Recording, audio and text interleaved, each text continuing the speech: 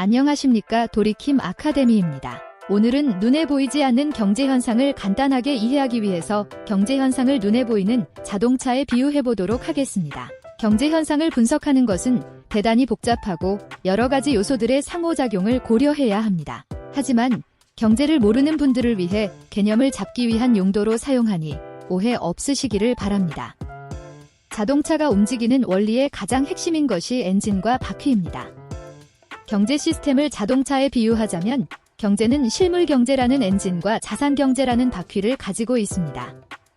그리고 실물 경제와 자산 경제를 연결하는 금융이 있습니다.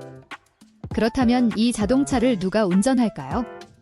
미국의 경제 시스템을 운영하는 조직은 패드입니다. 패드는 페더럴 리저브 보어드의 약자로 우리나라에서는 일반적으로 연방준비제도로 해석합니다. 패드는 경제의 속도를 유지하며 경기가 과열되거나 급냉하지 않도록 성장의 속도를 조절하는 역할을 합니다. 물론 더 많은 복잡한 일을 하지만 금리 결정의 입장에서만 간단하게 말씀드리겠습니다. 패드가 경제의 속도를 어떻게 판단할까요? 그것은 자동차의 계기판과 같은 정보를 얻는 것입니다. 패드는 경제의 성장을 봅니다. 그 기준은 물가 상승률이며 보통 2% 정도의 물가 상승을 이상적으로 보고 있습니다.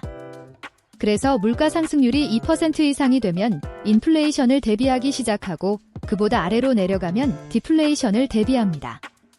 즉, 물가 상승률이 2%라는 것은 마치 규정 속도와 같은 개념으로 이해하시면 좋을 것 같습니다.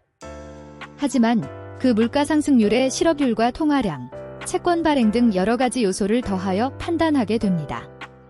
즉, 물가 상승률이라는 가시적인 지표와 실업률, 통화량, 채권 발행 등 영향을 주는 지표들을 고려하여 금리의 상승 하락을 결정하는 것이 패드입니다. 가시적인 지표는 속도계라고 볼 수 있으며 영향을 주는 다양한 지표들은 가속도, 즉 RPM을 나타내주는 엔진 회전계라고 할 수 있습니다. 이러한 정보를 가지고 패드는 금리 인하 또는 금리 상승이라는 페달을 밟습니다.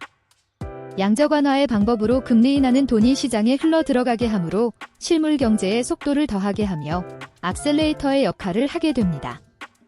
양적 경직의 방법인 금리 상승은 시장에서 돈이 흐르지 못하게 하므로 실물 경제에서 속도를 늦추게 되므로 브레이크의 역할을 하게 됩니다. 우리가 자동차를 타고 갈 때 평균 속도를 가지게 되지만 똑같은 속도로 가는 것이 아니라 교통량과 도로의 사정을 보면서 어떨 때는 빨리, 어떨 때는 천천히 움직이게 됩니다. 그래서 경기에 파동이 생기면서 평균 속도를 맞추어 가는 것입니다. 코로나19 동안에 경기가 멈추지 않게 하기 위해 악셀을 지속적으로 밟았지만 경기는 크게 앞으로 나아가지 못하고 서행을 했습니다.